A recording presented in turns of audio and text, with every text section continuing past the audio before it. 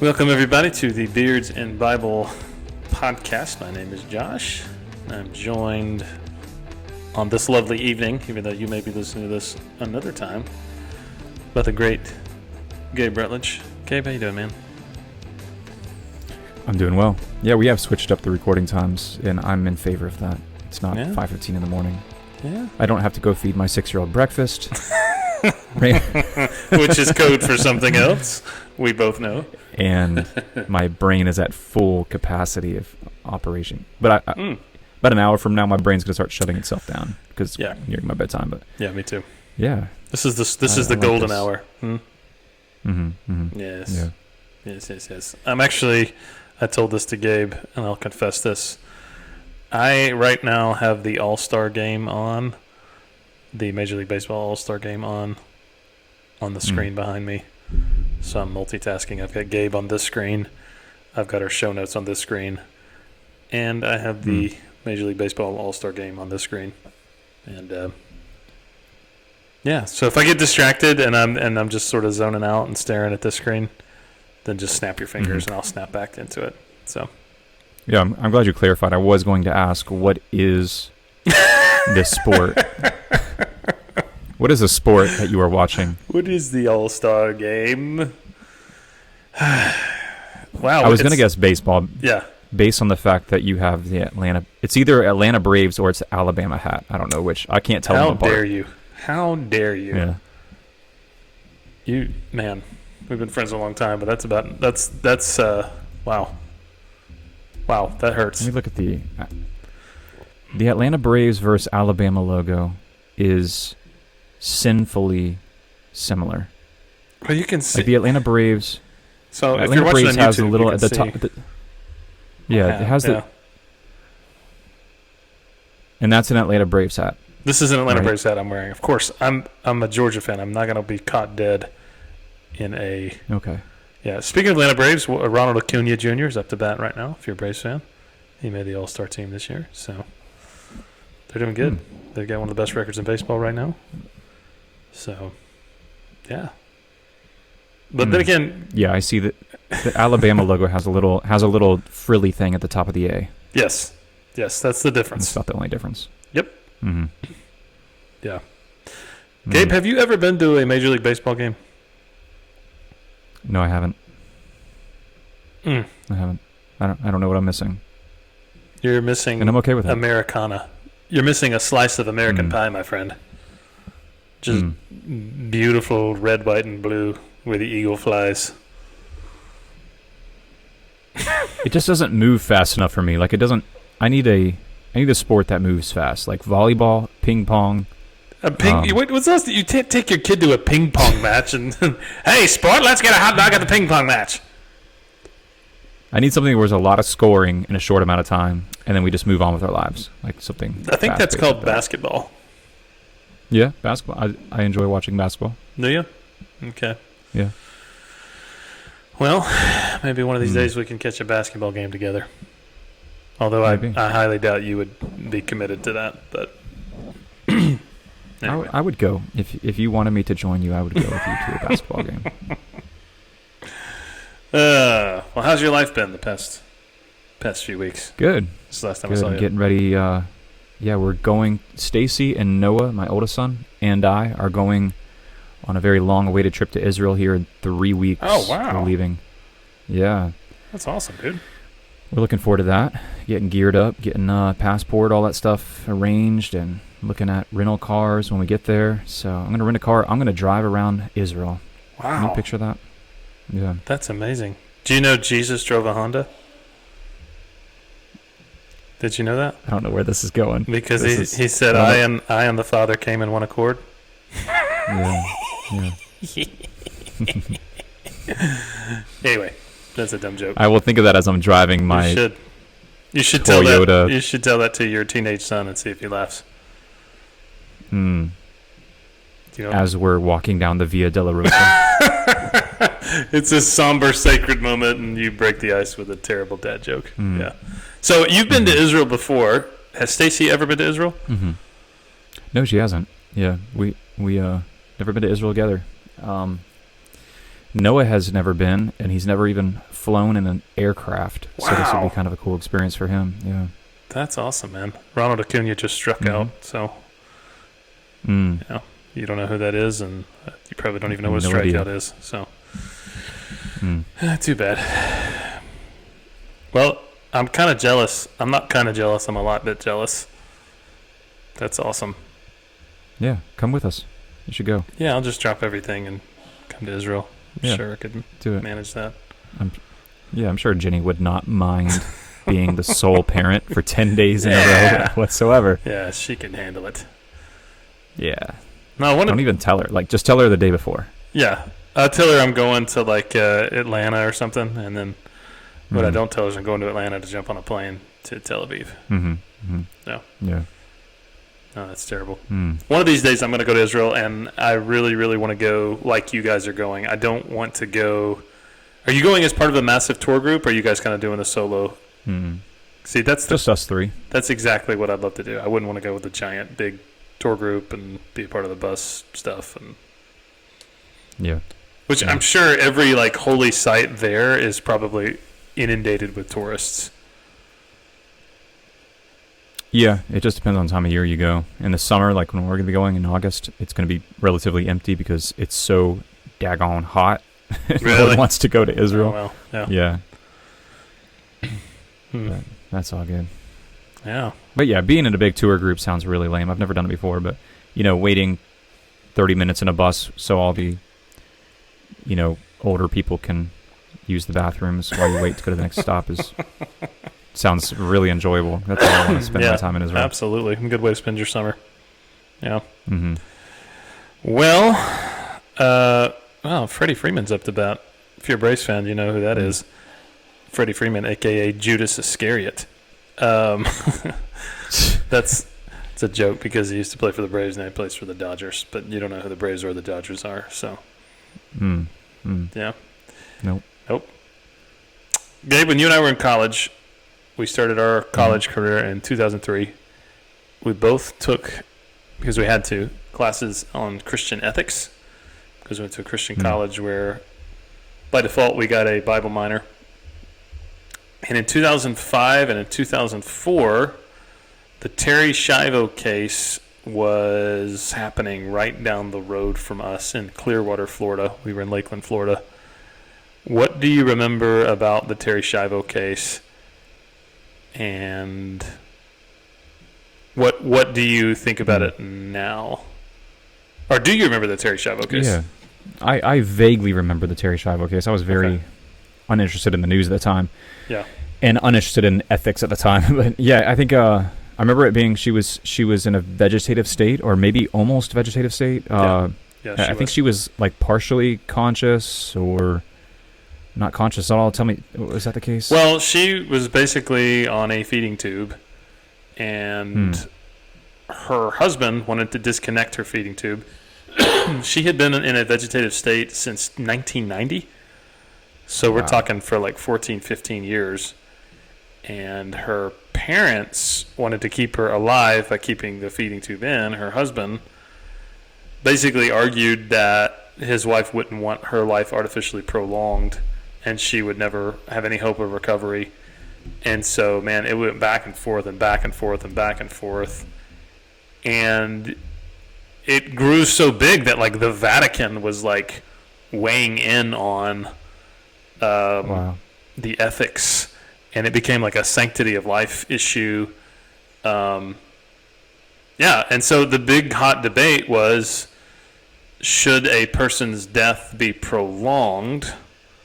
Because a lot of people are saying Terri Schiavo would have died in 1990 when she had cardiac arrest that put her in a vegetative state.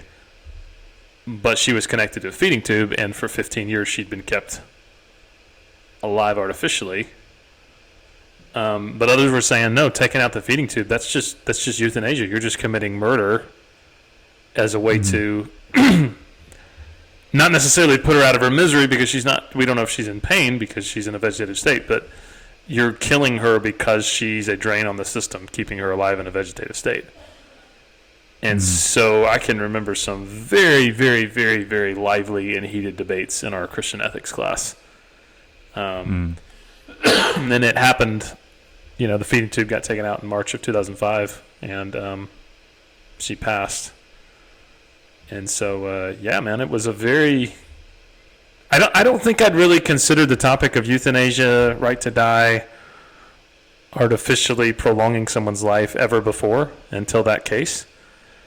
And then after, just kind of seeing that flesh itself out as a young guy when I'm developing my own ideas and thinking through it, it really, I don't know, kind of the first time the wheels started turning for me towards all these things. Yeah, it's hard because, for the first time in human history, we've had technology to keep people who are in a vegetative state alive indefinitely, Yeah. This question is kind of a modern question. Sure. We have modern illnesses that I think are probably caused by environmental situations. Then we have technology to be able to keep people alive. So yeah, it's a modern question. But it's interesting. Kind of it opens up and it almost exposes the heart of man in a whole new way we didn't think was possible. Yeah, that's a really, really tough decision. I think we're gonna kind of dive into with this. Yeah. With this episode. Yeah, part of the reason why the Terri Schiavo case, I think, was so controversial is only a few years before that, there was a doctor by the name of Jack Kevorkian. He was known as Dr. Death, or the media called him also Jack the Dripper. And he was a physician who publicly championed someone who was terminally ill, their right to die by physician-assisted suicide. And his quote was, "Dying is not a crime." And he was very unashamed about his role in assisting 130 patients to end their lives.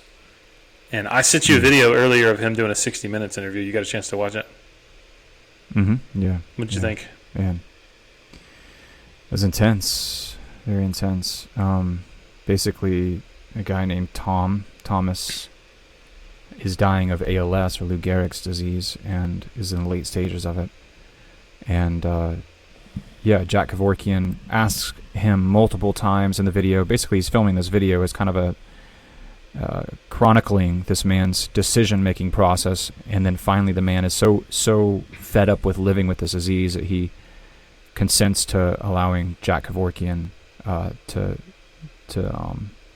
give him a lethal injection and kill him. First, he puts him to sleep and then gives him a lethal injection. But you see, Jack Kevorkian is saying, "Are you sure you don't want to wait a week? Are you sure you don't want to wait a month and think about it longer?" And so he, the guy's like, "No, I want it now," and he's tired of living with this, and he's been in constant pain and having a hard time breathing. And yeah, and you can see, Jack Kevorkian. I remember growing up hearing that name. You always thought of like this kind of I don't know, like evil, like a sinister murderer, madman. Yeah, like a mad scientist kind of guy who was like killing his own patients without their consent. Right. And it's totally not the case. And it's Jack Kevorkian was someone who was, at least in his mind, being merciful to these people and really deeply cared for them, and went above and beyond to get their consent to do so. And I'm not defending him on an ethical level, but what I am saying is, one of the quotes in the beginning of the 60 Minutes interview, he says, I'm not quoting it verbatim, but basically a paraphrase. He's like, this, what I am doing, is the next step of a reasonable society. Yeah, or enlightened society. I think that he used that term too. Enlightened society. Yes. A post enlightenment society. This is right. This is the thing to do. Yeah. That was a very interesting quote because it's a very double-edged sword. Right. For sure. Right. Well, and his big thing was autonomy. Like, if we're a free society, if we actually have liberty, then we should have the autonomy to end our life if we want to. Right. And as Bible-believing Christians, you and I,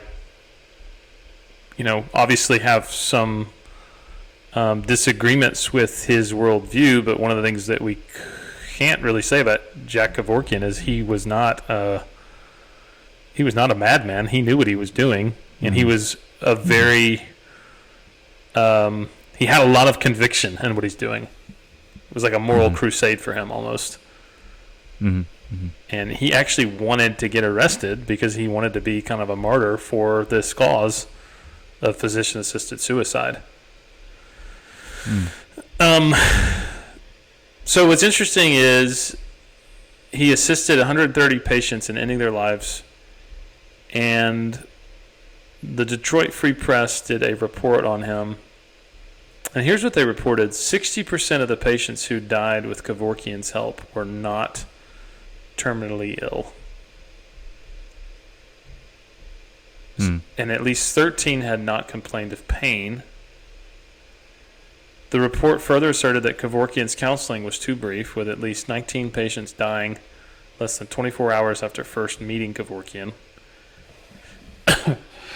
In at least 19 cases, there was no psychiatric exam. And 5 of those cases involved people with histories of depression. So, the big question is asked, just because somebody in a moment says, man, I want to die, should we say to them, all right, well, you have that right, go ahead? Because, our emotions as human beings are pretty fickle. I've had some low points in my life. And I don't think I've ever seriously plotted suicide, but there have been times when I've thought, man, it's better for me not to even be alive anymore. And I'm really glad that there wasn't somebody standing near me and saying, well, I can help make that happen. Right. So that was kind of the controversy, is, were these people really terminally ill? Kevorkian would have said, oh, they're terminally ill.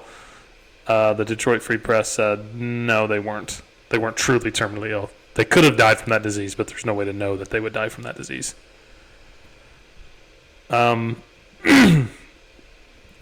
Kevorkian allegedly said that he helped them commit suicide, so he wasn't the one that actually did it. He used a euthanasia device. Although in the video that I showed you, Gabe, it certainly seemed like he was the one pushing the needle, right? Yeah. So yeah, his disease progressed to the point where he couldn't even inject himself. Right. So he was doing the injections for him. Yeah. Yeah. So we'll talk about the difference between a physician-assisted suicide and true euthanasia. The video that I sent you, Gabe, seemed like he was actually performing euthanasia. So he was the one. Dr. Kevorkian was the one administering the drug, but he invented 2 euthanasia devices where the individual would be the one that pushed the button.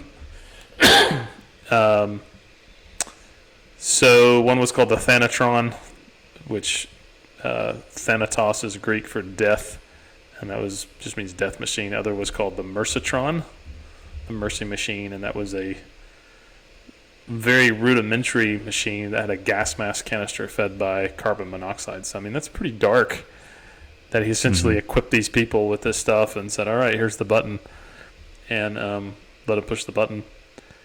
And so it's really interesting now to look back on his legacy, because there's a lot of people like Gabe and I who look at some of the stuff he did and we go, man, that just seems like a really slippery slope, and that opened the door for a lot of just this culture of death that we see all around us, especially abortion on demand and things like that. But in more progressive circles, he's considered almost a hero and a social activist. Do you think that's a fair characterization of how he's remembered today? Yeah. One of the things I did was I went through and scrolled through the comments of that video, the YouTube video, at the 60 Minutes interview with him. Oh, gosh. And it was amazing how many of the comments, the top most highly rated comment was praising Jack Kevorkian as being a very merciful man who was actually a hero of the medical community, as one of the comments said. Wow. I thought it was very interesting how many people praised him for what he was doing. Yeah. And I think that kind of comes with the culture shifting towards more of a secular culture, is that we're going to begin to look at And as we progress more and integrate more into a universal healthcare system where the collective are picking up the tab of any medical expenses for the populace, we're going to see more of a push towards euthanasia. And Canada is seeing it. Other places in Europe are seeing it. It's your drain on the collective. So it's necessary now that we terminate your life. God, that's dark. Mm-hmm. Yeah, I mean, we'll get into it, but assisted suicide and euthanasia in the U.S., the laws are pretty fuzzy, to be honest. I was trying really hard to get clear definitions of like the law, but basically physician-assisted suicide, or another term for it is medical aid in dying. So it's interesting how it's cleaned up to seem less daunting. Mm-hmm. Right now, it is legal in California, Colorado, the District of Columbia, Hawaii, Montana, Maine, New Jersey, New Mexico, Oregon, Vermont, and Washington. So, yeah, I mean, you are able to do that in those states. If you live in those states, you have the right, according to your state's law, to have a physician assist you in committing suicide. Most of the time that is pending like a psychiatric evaluation and a medical evaluation to say you are truly terminally ill and you qualify for physician-assisted suicide. But there you go. It's legal in those states. Voluntary euthanasia is legal in Belgium, Canada, Colombia, Luxembourg, Netherlands, New Zealand, Portugal. I guess it's pending. Spain, which really surprised me because Spain has still a pretty big Catholic presence. So that really surprised me. You don't really see this in a lot of countries where there's a big Catholic presence. So that really surprised me. And all 6 states of Australia, it's legal. So. So what do all those countries have in common? Oof. I mean, some of them are quite progressive, right? Secular. Yeah. I would say there's a growing culture of secularism. Mm-hmm. Western culture in post-Enlightenment. Yeah. Probably a degree of universal healthcare. Yeah. Yeah. I think, and we'll get into this as we get into kind of the biblical ethic, as Christians, we have a understanding of life and death that is distinctly different from those who do not have a belief in God, a belief that God created us, and a belief that we have an eternal destiny. And so in nations that are very far removed from that, like generations removed from that, it's more common to see people embrace this idea that, you know, man, we're just like any other living thing. So you euthanize a horse, and that's humane. So why not let someone who's in pain euthanize themselves, or allow someone else to euthanize them? And it all really comes down with the biblical. Go ahead. I was going to say people with the biblical worldview look at it like an ethical matter, whereas people with the secular worldview would look at it as an economic matter. Sure. A very transactional kind of relationship to this issue, whereas we look at it as like, you know, this is human life. It's special. We have to pause and we have to really, really weigh this out. Right. And wrestle with this topic. Right. Yeah. And even, I would say kind of the postmodern worldview says like a person's personal liberty to do whatever it is they want. That's like one of the highest virtues.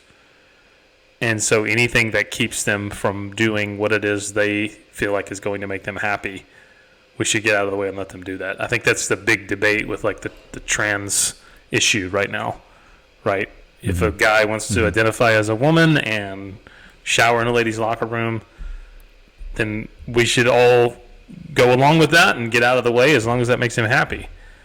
Never mind the ethical issues at stake there. And it's kind of the same with this issue of if somebody doesn't feel like living anymore, never mind the ethical issues at stake, we should by all means assist them in ending their life. So, well, let's talk some terms, because we've been throwing around euthanasia and assisted suicide, and they're not actually the same thing. So euthanasia is when a doctor is allowed by law to end a patient's life by painless means, as long as the person and their family agree. And assisted suicide is a doctor-assisted individual in taking their own life.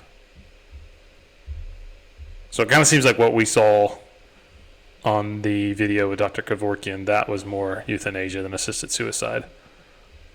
Although most of his, he would say, were assisted suicide that he performed. Mm-hmm. Does that make sense? Yeah. All right. So then within euthanasia, there's kind of three different types of euthanasia. There's voluntary euthanasia. So when someone is able to consent, they're, if I get to this certain point, then go ahead and end it for me. There's non-voluntary euthanasia, when euthanasia is conducted on a person who is unable to consent due to their current health condition. So that would be a decision made by another appropriate person on behalf of an individual. So like a family would make that decision. Mm-hmm. Saying, well, he wouldn't want to live like this, so we need to go ahead and end that person's life. And man, that's a tricky thing. Because now we're getting into things like pulling people off life support and keeping them alive and stuff like that. So that's a tricky one.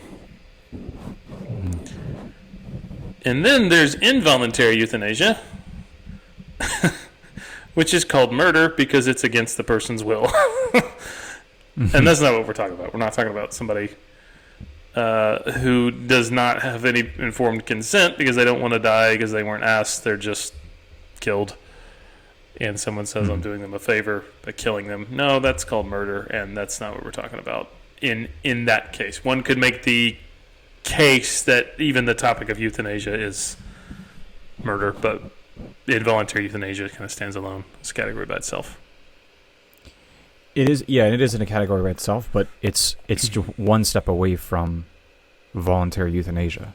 And I think once a society gets completely okay with and accepting of voluntary euthanasia, involuntary euthanasia, especially in an environment where there's a high degree of collectivist thinking, involuntary euthanasia is just the next step. It's a, I would say it's a inevitable next step for that society to take, is involuntary euthanasia, where everyone says that person is too much of a drain, or those groups of people are too much of a drain on our collective well-being. Why am I paying to keep that person alive? Or they're clearly a menace or whatever. Right. That's I would say an inevitable next step. Well, back to the Terri Schiavo case. This is what people who were against taking out her feeding tube were saying that people were doing. You're committing involuntary euthanasia against Terri Schiavo simply because she's in a vegetative state and she cannot give consent on whether or not she would want to die.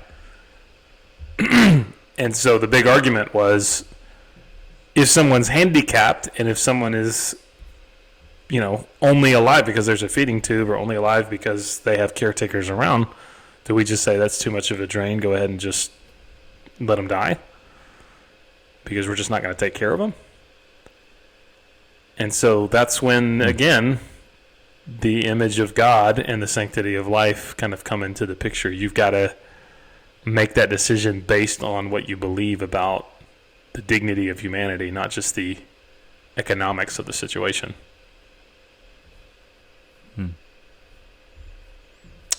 Agreed.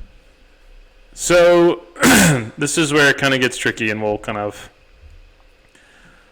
try to make a distinction. There's active euthanasia and there's passive euthanasia. So active euthanasia is like what Dr. Kevorkian did. So using a lethal substance or force to end a person's life. Either the individual themselves is doing it in the case of physician-assisted suicide, or someone else is doing it. Obviously, this is far more controversial. But in the places where it's legal, 4 conditions have to be met. Number 1, the patient must be suffering from unbearable physical pain. Number 2, death must be inevitable and drawing near. Number 3, the patient must give consent. Unlike passive euthanasia, living wills and family consent does not suffice. And then number 4, the physician must have ineffectively exhausted all other means and measures of pain relief. So that's, according to most places where active euthanasia is legal, all 4 of those boxes must be checked. In that sense. And then there's passive euthanasia, and that's when life-sustaining treatments are withheld. And so these definitions aren't really precise. This is where it kind of gets into the muddy waters of what is hospice care, what is palliative care, all that stuff. If a doctor prescribes increasing doses of strong pain management, like opioids, eventually this may be toxic for an individual. Some may argue that this is passive euthanasia. Others say this isn't euthanasia because there's no intention to try to end that person's life. They're just making that person comfortable. So for most places where passive euthanasia is legal, 3 conditions must be met. Number 1, the patient must be suffering from incurable diseases and in the final stages of the disease that they're not going to make a recovery from. Number 2, the patient must give express consent to stopping treatment, and this consent must be obtained and preserved prior to death. If the patient is not able to give clear consent, their consent may be predetermined or may be determined from a pre-written document, like a living will or testament of the family. And the patient may be passively euthanized by stopping medical treatment, chemotherapy, dialysis, artificial respiration, blood transfusion, IV drip, etc. And that's where it gets tricky. Because I don't know if some people would view that as euthanasia. That's just letting that person die. Yeah. What do you think about that? Yeah, it's tough. Because I mean, Jenny, she should be in on this podcast. She lost her voice. I was gonna let her, but she lost her voice. She's a hospice nurse. It's like, I remember, when my dad was passing away in a hospice center, they gave us, basically hooked him up to a patch that fed him morphine. And this is the case with a lot of people that are in their last days and are suffering from a lot of pain and discomfort. It's like they have and you give the family a button, like a remote control basically, and they say anytime they are conscious and they are expressing a high amount of pain, hit that button. And it injects them with more morphine, and it basically sedates them. But at the same time, it's like that morphine is shutting down their vital organs and slowing their heart rate, and eventually it will kill them. And it's like it's not the morphine that's killing them. It is, but it's indirectly killing them. It's like it's the disease that's ultimately going to take their life, but then the morphine is supposed to sedate them and help ease their pain. But it's like, man, it's such a intense dilemma that one has to go through. And the tricky part is the alternative for that is don't give them anything for their pain and watch them writhe and cry out in agony as they take their last dying breath. Yeah. So it's you've looked in the eyes of someone. Yeah, until you look in the eyes of someone who's in a excruciating pain and is praying for death. You can't say for sure what you would do in that situation. It's like. And here's the thing is like there's a big difference between a family sitting around kind of making those decisions case by case with their loved one right there as well, and in the moment making those decisions. There's a big difference between that situation and in a hotel room, or not a hotel room, a hospice room, sorry. Big difference between that and a government entity telling you to do that. Does that make sense? Right. Yeah, and I think that most times when it is kind of that, passive euthanasia, which is withholding certain treatments or giving strong pain management, I think for the most part that is families wanting to do what is most merciful and compassionate to ease the suffering and pain of their loved one. They're not trying to kill their loved one. They know their loved one's dying. It's just trying to figure out how to help them kind of go in peace, I think. Right. And I think that's completely different than what the people that came to Dr. Kevorkian were seeking out, in the sense of, I don't want to live anymore and I want you to help me in my own life. And so I think that's like the rub, right? Like, do we have the right as human beings before God ethically to say to another person, okay, I'll help you end your life? Or do we have the right to say, my life's going to be full of suffering, and so I don't want to live anymore, so I get to end my own life, and that's a good thing to do, and that's perfectly morally justifiable. Yeah. I would say that is definitely not a black and white issue, because, I mean, you could say, like, soldiers in combat, and it's like, I'm sure there have been instances where a fellow soldier is pleading and crying out for someone to put him out of his misery, and it's like, that would probably be at times a humane thing to do, but it's like, there's such a broad spectrum of a case-by-case scenarios, and I think once a society or government puts a stamp of legality on this issue and says that here's this is on the table as an option to anyone who wants to terminate their life, you get in some really, really murky and some really slippery waters at that point. For sure. Yeah, so the reasons for why someone would seek out euthanasia, according to a Canadian study of 112 patients who were seeking and receiving medical assistance and dying. The main reasons people requested it is they were terminally ill, and so it was a loss of control and independence. Gabe, would you mind sharing? I know this is a sensitive and very close. We're hitting close to home, but I mean, your father passed away of ALS. So, what was that like? Kind of watching him battle that illness and kind of those last few seasons of his life. Yeah, I wouldn't wish that disease on anybody. It's awful. It is living hell. Yeah, you just lose all independence and use of all your muscles, and it works from the outside of your body, extremities, inward into your body. It eventually ends with the loss of your ability to even control your own diaphragm, and with that comes the inability to exchange carbon dioxide with oxygen, and you slowly suffocate and die if you don't choke and die on food that you're trying to eat. And usually with ALS patients in their late stages, they develop a pneumonia, usually from like aspirating water or food or their own saliva, and they're not able to cough because they don't have the strength in their diaphragm and their abdomen to cough. So they usually get really bad double pneumonia, and that helps progress the feeling of suffocating, and it actually speeds up the process of suffocating. And it's a horrible disease, and one that I do not wish on anyone. That's that's again, it's a modern. I say modern disease. There's not a lot of cases of it being like, that disease being present in antiquities, and mainly because if you were unable to swallow, I mean, you'd be dead in 3 or 4 days, right? Right. It's only because of modern like feeding tubes and stuff that we can insert food and water directly into people's stomachs, keep them alive.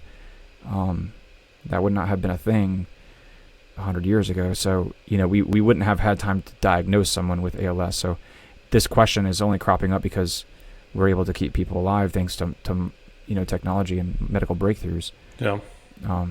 But it's a question that we do have to come face to face with. But yeah, ALS is absolute loss of control and independence for sure. How long did your dad have his diagnosis before he passed? Like from the time he first got his diagnosis until he passed? I think about 18 months. That's fast for ALS. There's a couple different forms of ALS. Some start with like your hands and your feet and work their way inward. Others start with your speech and your tongue and quickly affect your ability to talk and swallow. And that was his. His was a faster form. So it actually, right away he lost his ability to talk and swallow food and water. So right away we had to do a feeding tube. And then I took all his meals and water through a feeding tube and a syringe. And then they actually had to go in and get his saliva glands actually burnt off inside his mouth. They actually had to singe them because he was producing saliva, but he wasn't able to swallow the saliva. See, typically throughout the day we produce a lot of saliva and we swallow it just kind of subconsciously. He wasn't able to do that, so you would, he would have to carry a towel around with him, and his caretaker would have to carry a towel around with him and just wipe up constant drooling, and just like he would lean over or something and drool would just kind of drip from his mouth. It's a really dehumanizing disease, and you'd always have to wipe that up, and then once he got the saliva glands singed and burnt off, it helped a little bit. Yeah, so it's listen guys, like I have a first-hand account with walking through someone, and I was there every single day with this disease and helping be his caretaker, and so I'm not just approaching this topic as if I'm just like, oh, I've never had to deal with anyone who would probably prefer death, if they were given the option.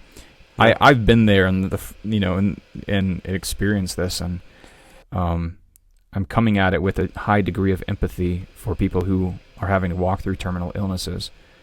And I will tell you, that's a really tough decision. Sure. It's a really tough decision. And I think there's a big difference between someone who's walking through a disease like ALS and someone who's just struggling with deep depression and feels at the time that they would rather be dead.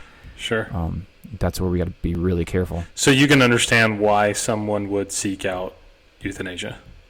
Oh, yeah. Yeah. Yeah, absolutely. I would understand. Yeah. So all this stuff. I don't hold it against them. Yeah. I mean, if you're facing a diagnosis like what your dad passed from, I mean, loss of control, independence, loss of ability to enjoy the things that you used to enjoy, even being able to communicate and have a quality of life. Mm-hmm. Yeah, I mean, Josh, if I got diagnosed with what my dad had tomorrow, like medically assisted suicide or euthanasia would absolutely cross through my mind immediately. Sure.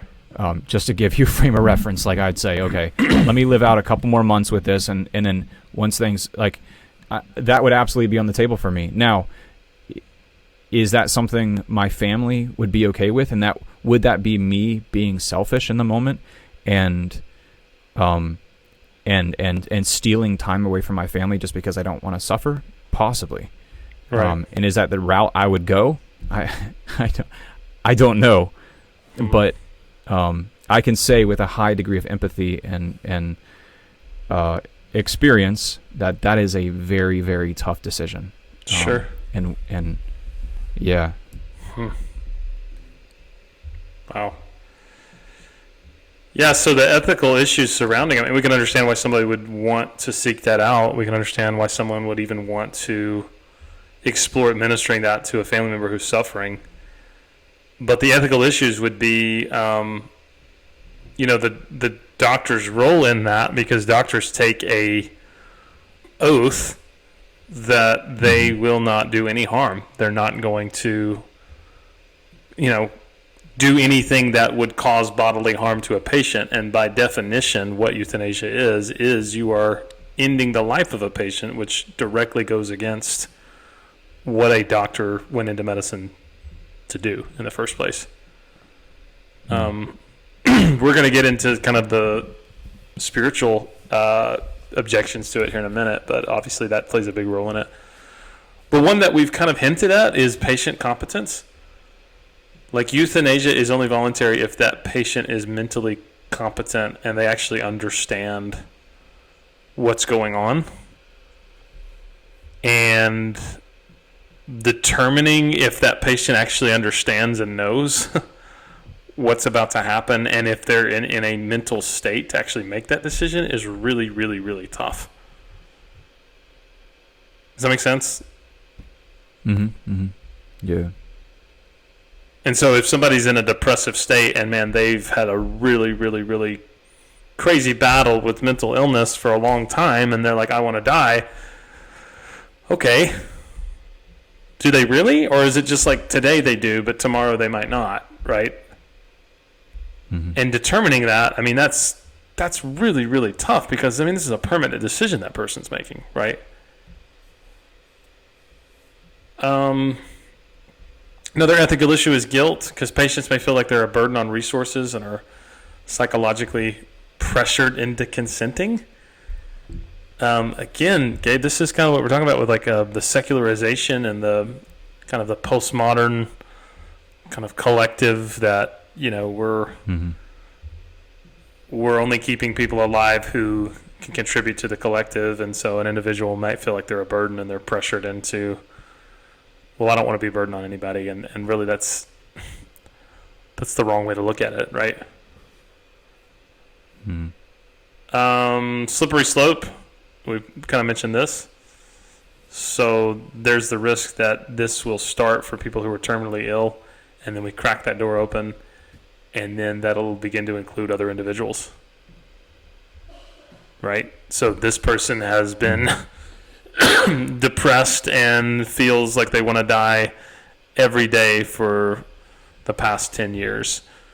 Man, is it humane and ethical for us to make them stay alive when they hate living? And there's a lot of people concerned that you're opening the door for that kind of slippery slope to happen. Possible recovery, it sometimes happens. And then palliative care.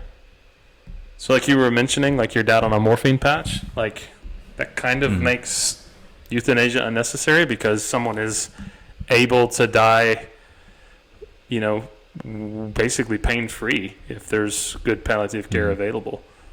And then another moral objection is there's no way you can regulate euthanasia. I mean, there's just no way. So, why don't you go through the three arguments in favor of euthanasia and physician-assisted suicide? Yeah. So the three would be autonomy, and that is everyone has a right to die when and how they choose, and in fact, human dignity includes this.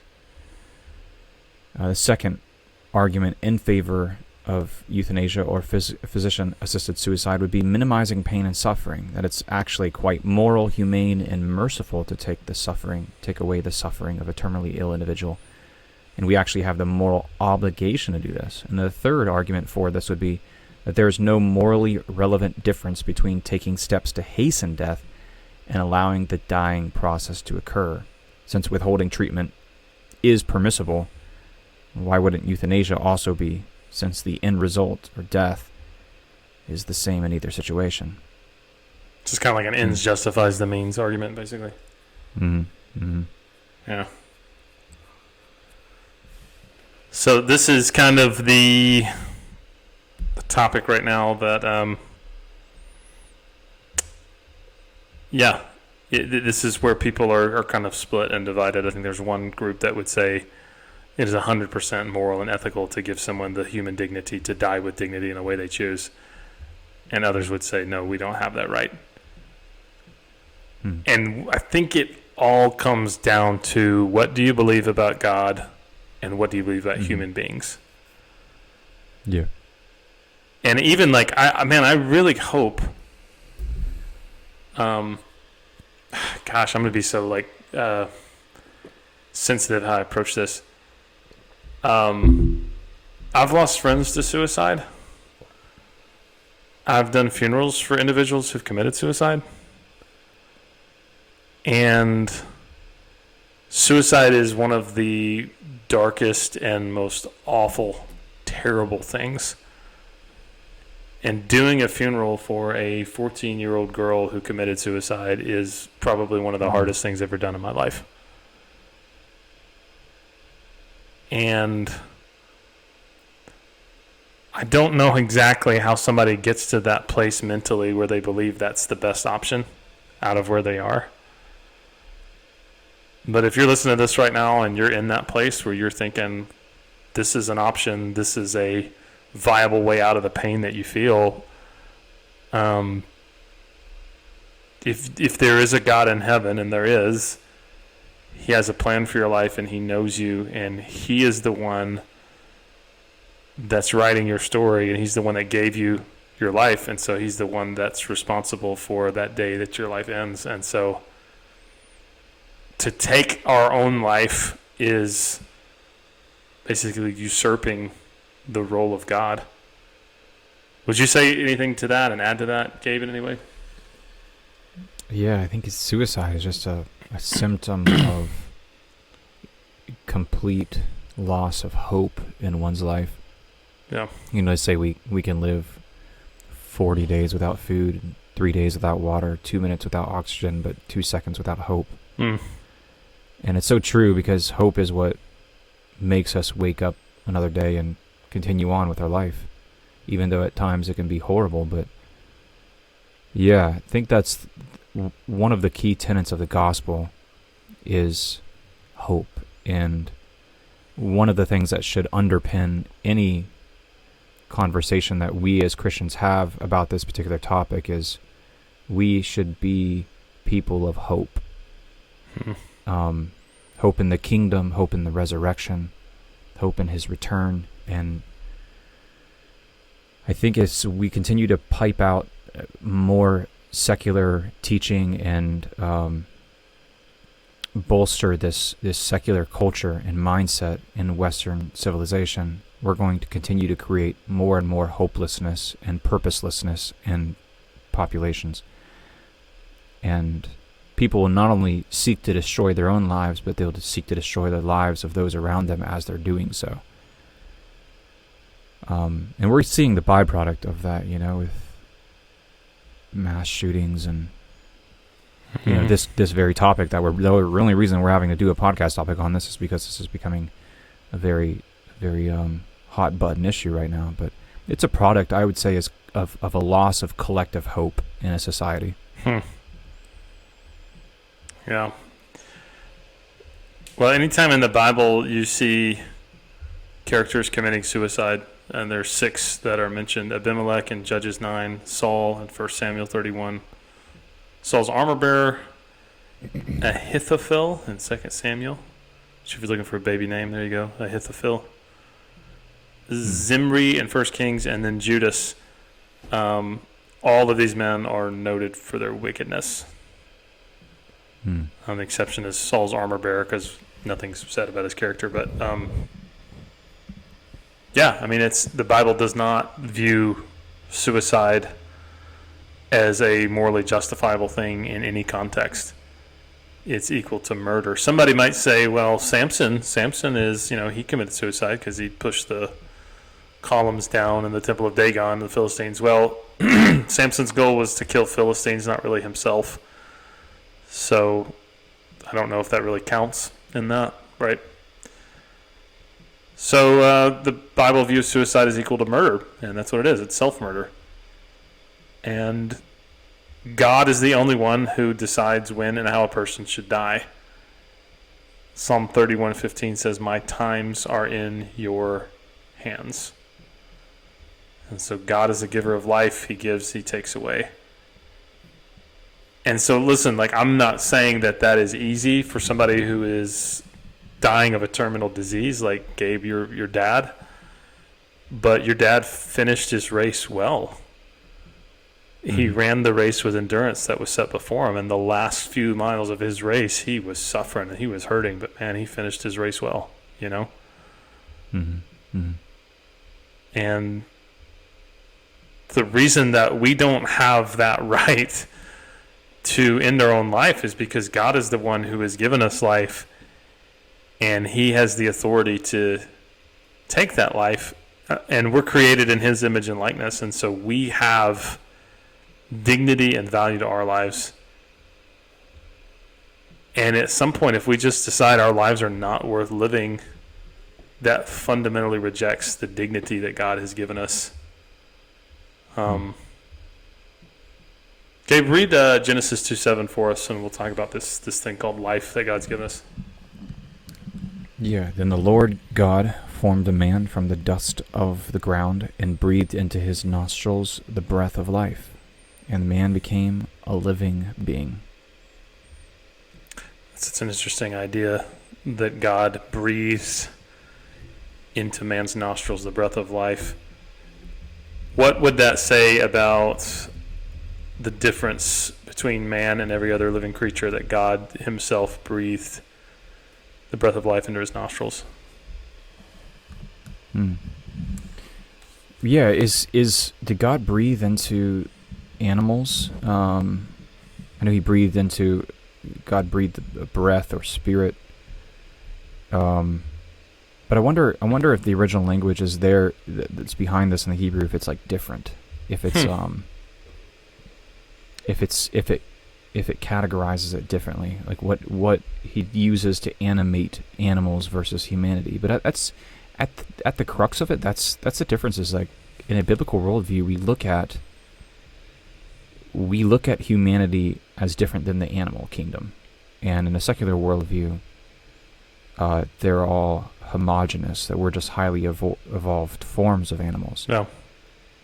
And I think a conversation starts with that, and asking, where are you coming from with this issue? Because if you're coming from a secular worldview, then yeah, of course you're gonna side one way or the other. And I think if you're coming from a biblical worldview, you have to side on the side of life and hope and waiting for healing, and like you said, allowing God to decide when it is time to take away. Yeah. Like in Job 1:21. Yeah, and that's hard because, by no means does that diminish the suffering that people go through. But just the fact that we're alive right now is like this precious and sacred gift from God.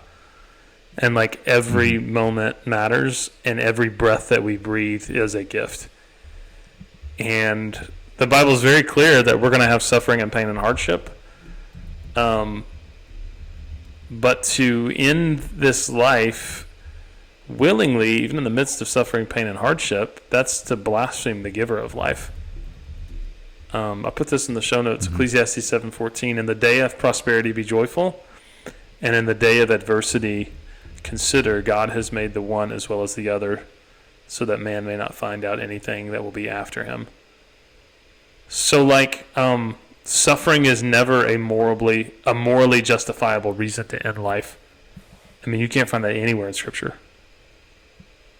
As a matter of fact, the Bible actually would say that suffering makes known to us the purposes of God. And it's awful and painful, but biblically speaking, it's not given as a reason for us to be able to end our lives. Do you agree with that? Yeah. Yeah. It's a very, very complex issue, but yeah. Yeah. And again, I'm saying this not going through a terminal illness. and again, I don't know how I would feel if tomorrow morning I woke up and I got a diagnosis like the one your dad did. But I hope that in those moments, the people I've surrounded myself with in this life will remind me of, the truth of God, that God is the one who's sovereign over when and how our death occurs. Hebrews 9 says it's appointed for man once to die, and after that's the judgment. Ecclesiastes 8:8 says no man has power over the wind to contain it. No one has the power over the day of his death. So, yeah, it kind of seems just in the Word of God, it's pretty clear. Death is a natural occurrence, but God is the one who's control of when and how that works. And that's not for us to say for ourselves. Mm-hmm. So suicide in any of its forms, whether it's somebody saying I'm going to end it all because I don't feel like living, whether it's physician-assisted suicide, whether it's euthanasia, whatever it is a human being's attempt to try to usurp that authority from God. And and so that's a golly, man. This is a this is a heavy topic. Good Lord. It is, yeah. When I think too, we have to look at it from a political standpoint, and a lot of people don't realize that during the Third Reich in Germany, even before the outbreak of World War II, there was a program, a euthanasia program, called the Action T4 or T4 program, during which it started just with kids and infants, but basically it targeted kids with disabilities or mental disorders or whatever, and then it got expanded to adults. And if you were suffering things like schizophrenia, epilepsy, dementia, encephalitis, chronic psychiatric or neurological disorders, if you were not of German or related blood, if you were criminally insane, if you were in prison or institutionalized for more than 5 years, you were against your will euthanized. And I mean, and those people, like, they thought they were doing the right thing to promote a really good, what they thought was a really good society, was a really advanced society, that was cleansing the gene pool of people that were undesirable. And so I think when we have to look at it from a precedence standpoint. I'm all about precedence, and if we make this across the board illegal in our society, and we're heading towards more of a collectivist or universalist medical system, who gets to define criminally insane? Who gets to define undesirable, mentally ill? And those sorts of things. Right. And I am terrified to think of the possibilities that would create if someone, were to come and hate speech, those kinds of things. Like, right. Well, a drain on the system too. Like, who gets to define what's a drain on the system? Right. Is someone a drain on the system because it's a Terri Schiavo situation, or someone's a drain on the system because, man, they're just in and out of psychiatric hospitals over and over again, and we just can't foot that bill anymore, and there's no reason for that person to be alive anymore.